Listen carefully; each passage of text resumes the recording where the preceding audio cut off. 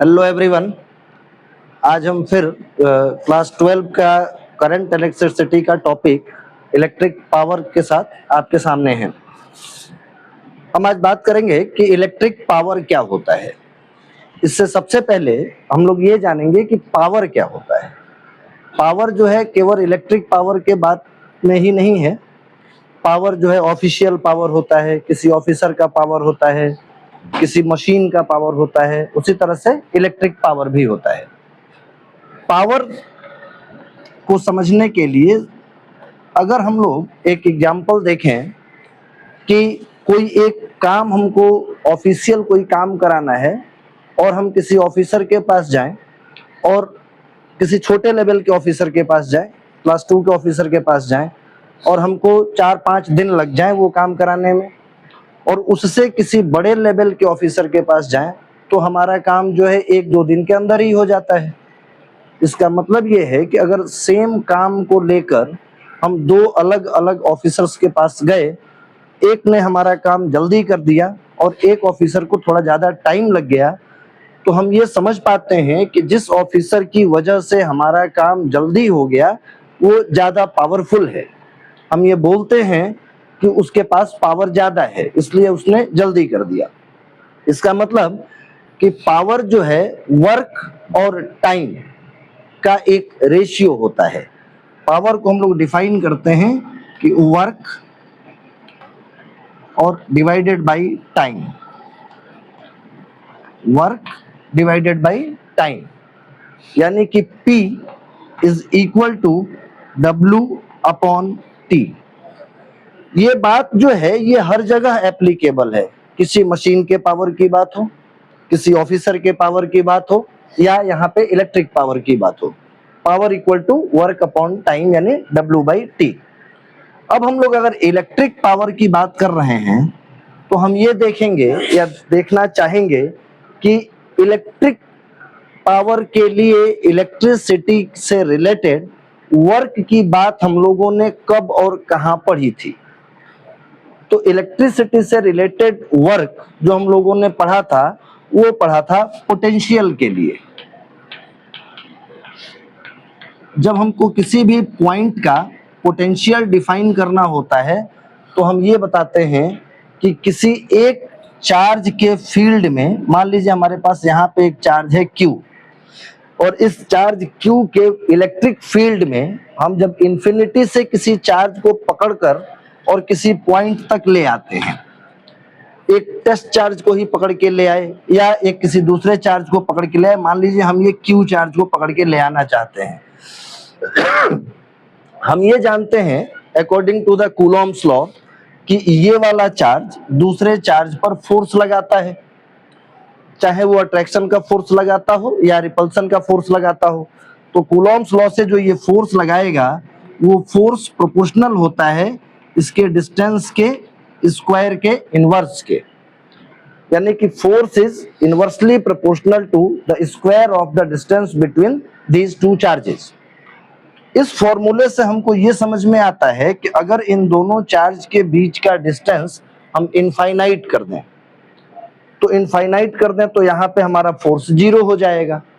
तो यानी कि अगर ये चार्ज कहीं यहाँ इंफिनिटी पर सिचुएटेड था शुरुआत में, तो इस चार्ज का यहाँ पर लगने वाला फोर्स 0 था, यानी कि इस चार्ज का जो फील्ड था, जो एरिया था, जो इलाका था, जिस इलाके में ये वाला चार्ज किसी दूसरे चार्ज पर फोर्स लगा सकता था, वो इंफिनिटी पर जाके खत्म हो गया। अब इंफिनिटी से अगर आप एक कदम भी इस वाले चार्ज की तरफ चलते हैं तो ये चार्ज उस पर फोर्स लगाना शुरू कर देता है। अगर दोनों अपोजिट नेचर के हैं तो अट्रैक्शन का फोर्स, और दोनों अगर सेम नेचर के हैं तो रिपल्सन का फोर्स। चलिए अब इस चार्ज को पकड़कर हम इस पॉइंट तक ले आना चाहते हैं। सपोज करिए कि ये कोई पॉइंट A है, हम इस स्मॉल Q चार्ज को यहाँ ले आना चाहते हैं। जैसे ही हम इंफिनिटी से एक कदम भी इधर चलेंगे ये वाला चार्ज इस पर फोर्स लगाना शुरू करेगा। मान लीजिए कि ये सेम नेचर के चार्ज है तो ये रिपेल करने लगेगा, और जब रिपेल करने लगेगा तो हमको जबरदस्ती पुश करके धक्का देकर इसको यहाँ तक लाना पड़ेगा। तो जब हमको जबरदस्ती पुश करके यानी कि कोई फोर्स अप्लाई करके इस वाले चार्ज को अगर इस पॉइंट तक लाना पड़ा तो definitely we have to do some work, और वही work done per unit charge इस पर्टिकुलर पॉइंट ए का पोटेंशियल कहलाता है। पोटेंशियल को हम लोग डिफाइन भी ऐसे ही करते हैं कि it is work done to bring a charge from infinity to a particular point and the work done per unit charge is called potential. यानी कि हम लोग यहाँ लिख सकते हैं V इक्वल टू W/Q। तो ये पोटेंशियल की बात हो गई, और हम लोगों ने ये सोचा था कि आखिर वर्क पढ़ा कहाँ था पहले, तो यहाँ पढ़ा था कि पोटेंशियल जो है वो work done per unit charge होता है। यानी कि यहाँ से W अगर हम निकालना चाहें तो W equal to V into Q। अब W की ये वाली वैल्यू हम यहाँ पुट कर सकते हैं in the terms of electricity. तो हम P इक्वल टू क्या लिख दें, P इक्वल टू लिख दें V into Q by T। P equal to W की जगह हम लोगों ने लिखा V into Q by T। ठीक, चलिए इसको हम मिटाते हैं, क्योंकि ये हमारा पिछला टॉपिक था, मैंने सिर्फ आपको याद दिलाने के लिए इस टॉपिक को यहाँ थोड़ा सा डिस्कस किया था। V equal to W, P equal to V into Q by T। हम इसको ऐसे भी लिख सकते हैं कि P is equal to V into Q by T।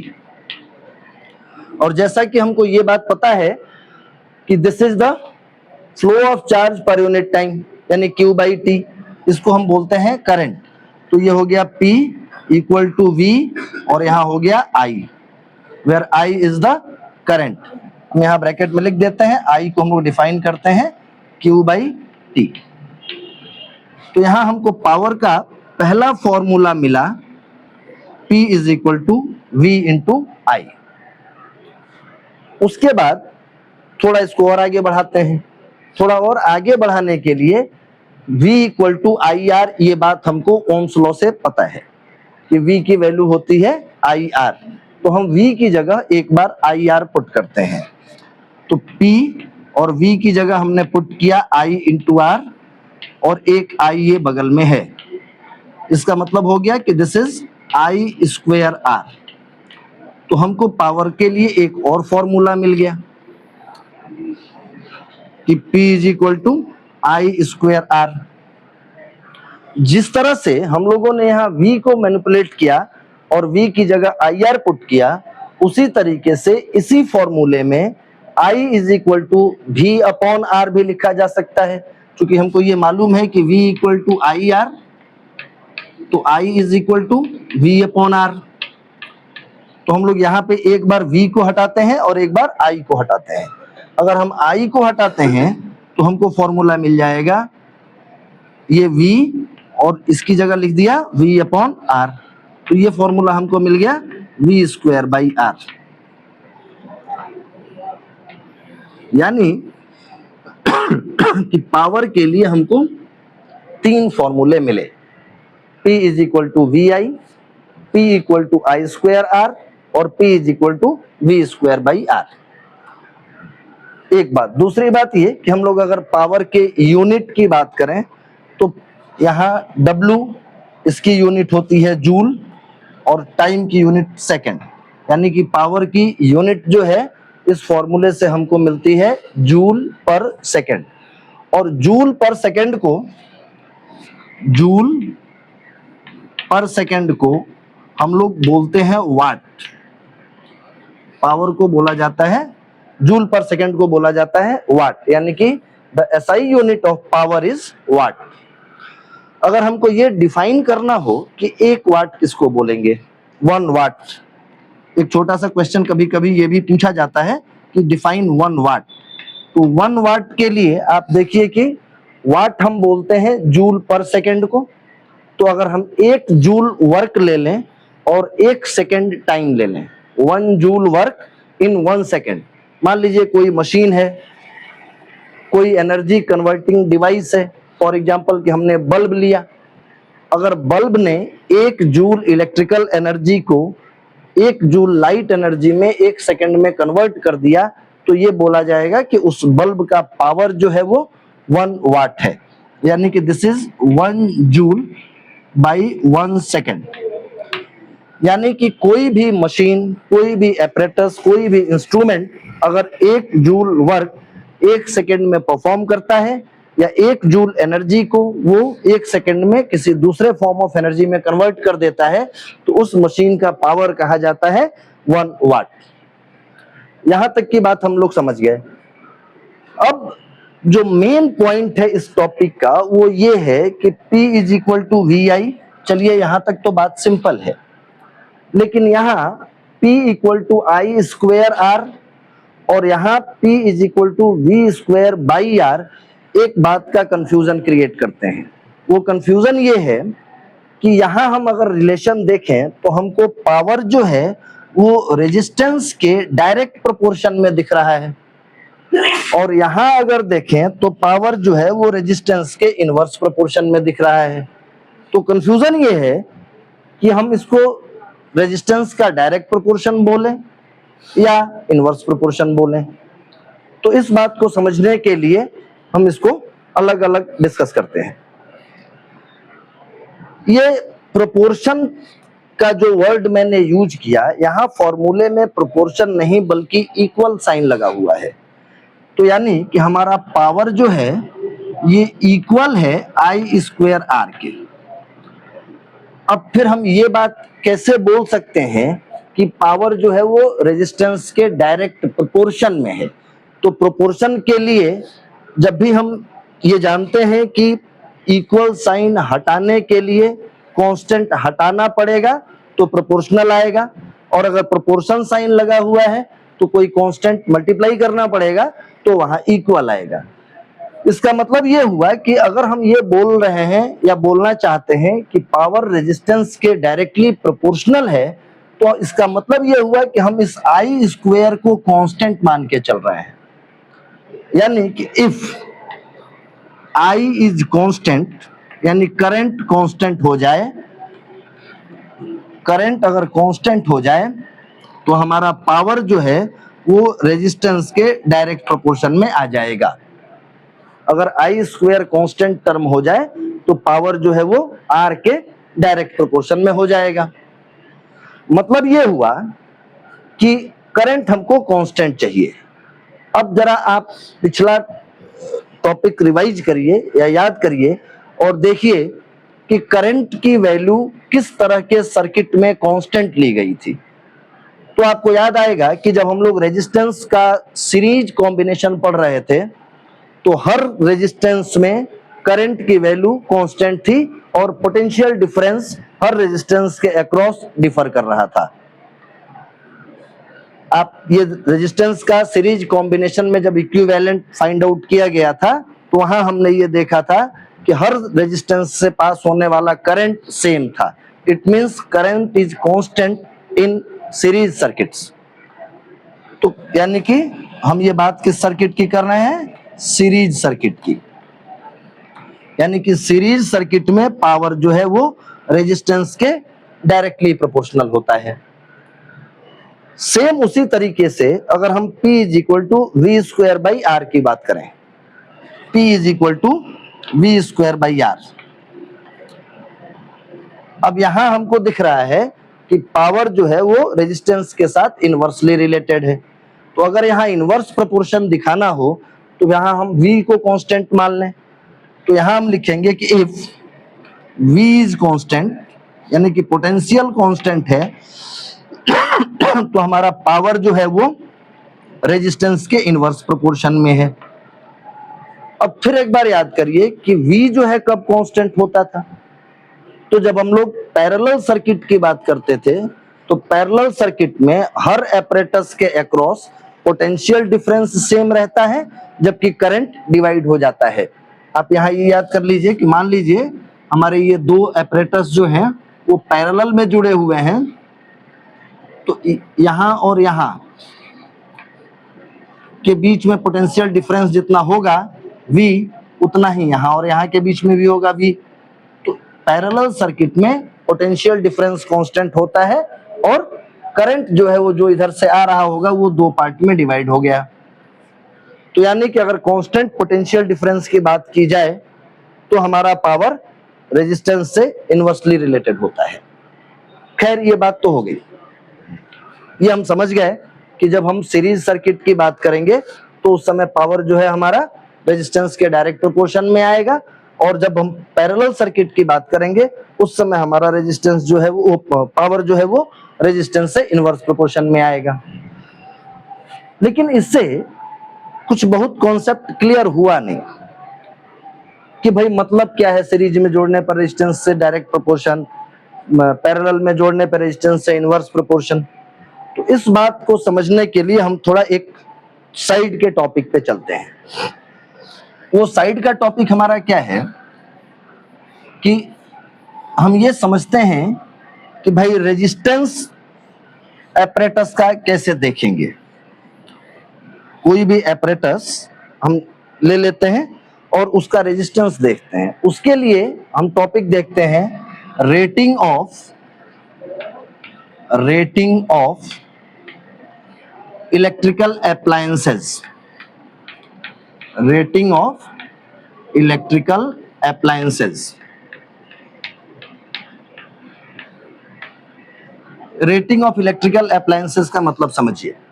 Electrical appliance का मतलब है कोई बल्ब हो सकता है, आपका मोबाइल का चार्जर हो सकता है, आपका फ्रिज हो सकता है, आपका कूलर हो सकता है, कोई भी जो भी इलेक्ट्रिकल इक्विपमेंट आप अपने घर में यूज करते हैं, that is the electrical appliance. आप एक सिंपल से बल्ब का एग्जांपल लीजिए।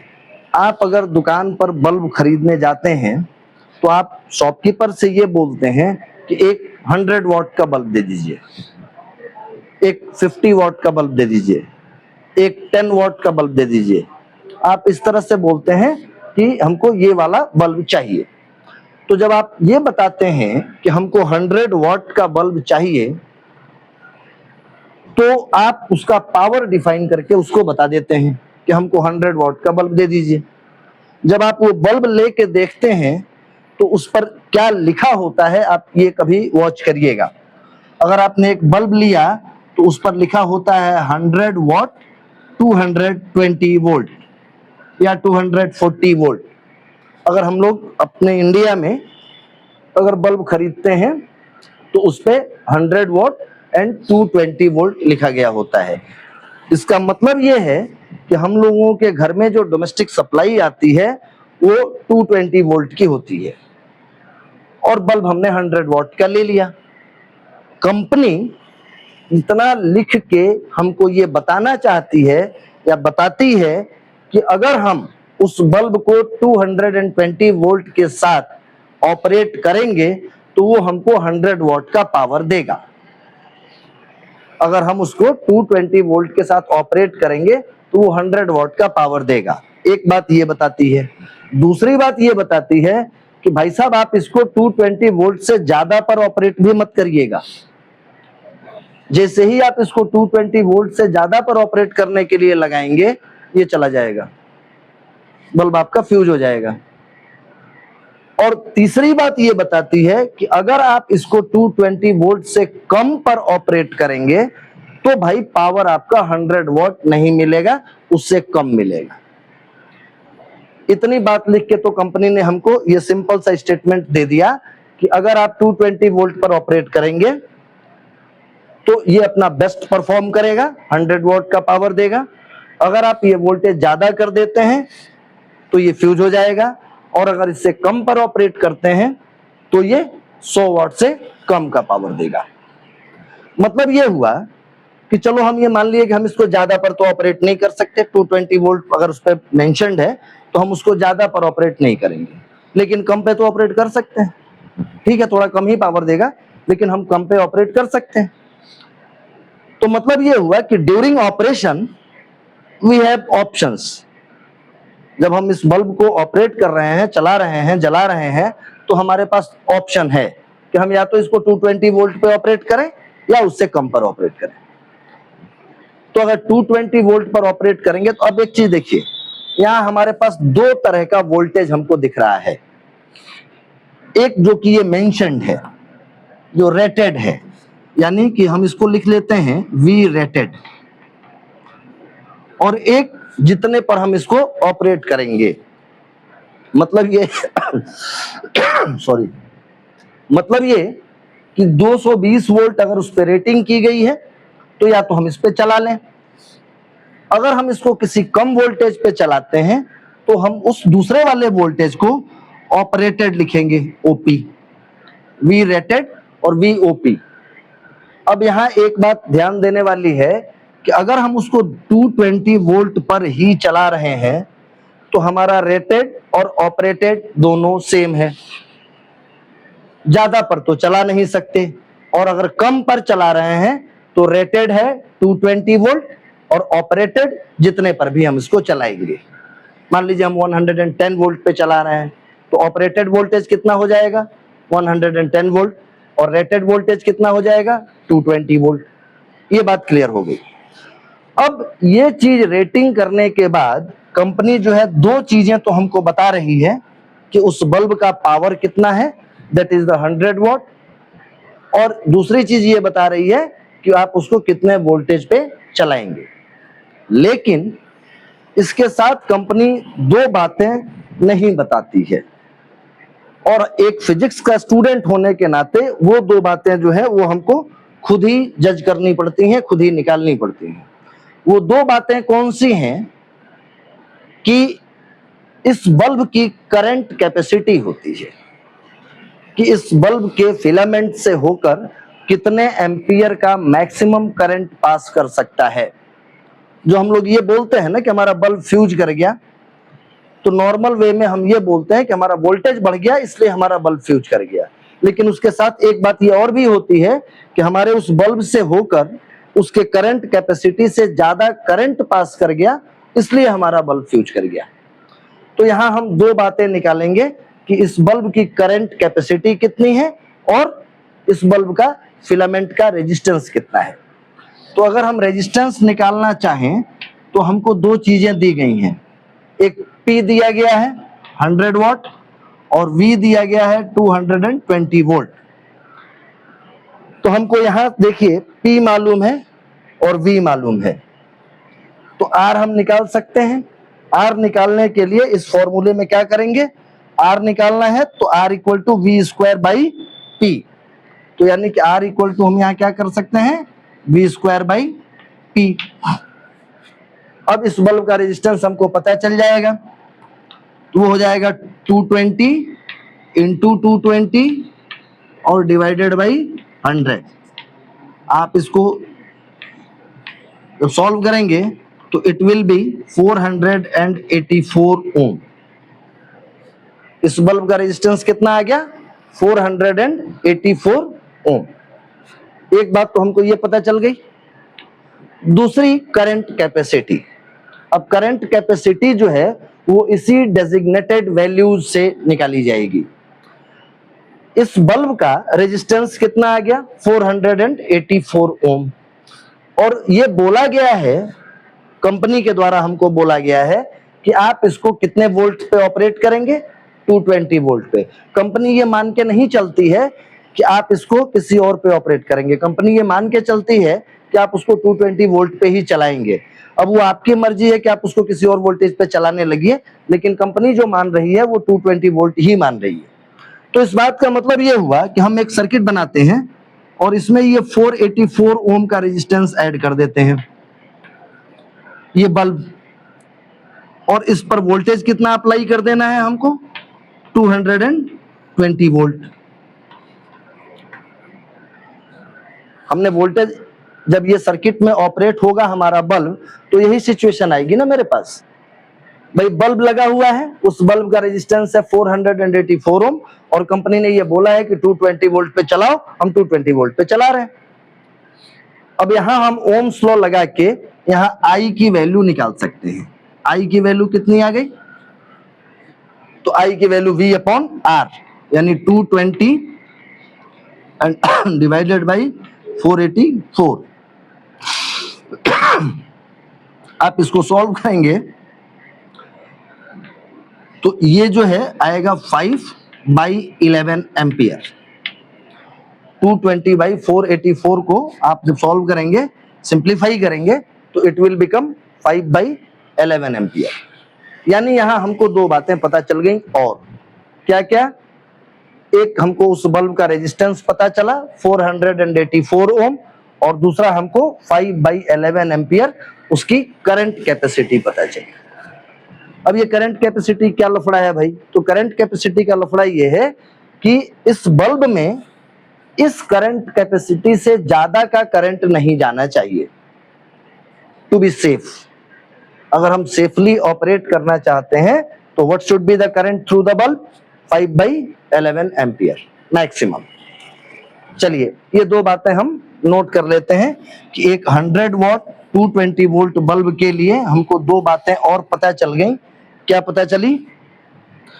एक इसका रेजिस्टेंस पता चला, दैट इज द 484 ओम, और दूसरा इसकी करंट कैपेसिटी पता चली आई, दैट इज द 5/11 एम्पियर। ये हम एक बल्ब की कहानी खत्म किए।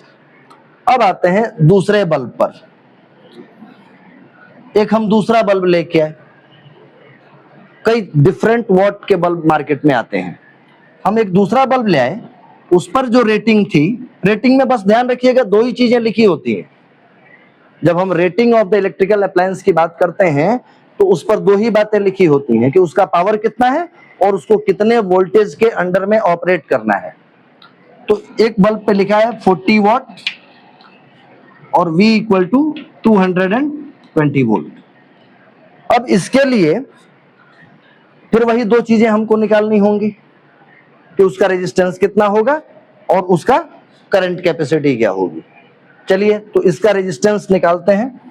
इसके रेजिस्टेंस के लिए हम लोग वही V²/P यानी 220 इंटू 220 डिवाइडेड बाई 40।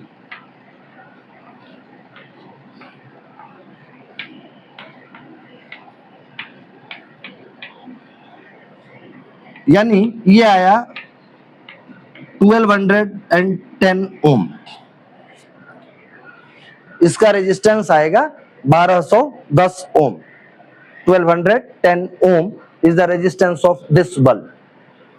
तो पहली बात तो हमको यहाँ एक चीज और दिख रही है कि जो हमारा 100 वॉट का बल्ब है इसका रेजिस्टेंस है 484 ओम, और जो 40 वॉट का बल्ब है इसका रेजिस्टेंस है 1210 ओम।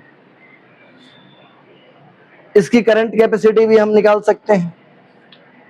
इसकी करंट कैपेसिटी निकाल लीजिए। तो I is equal to V/R। V है आपका 220 और ये हो गया 1210। यानी the current capacity of this bulb is 2/11 ampere. अब आप एक चीज ध्यान से देखिए कि इस बल्ब का रेजिस्टेंस है 484 ओम और इस बल्ब का रेजिस्टेंस है 1210 ओम।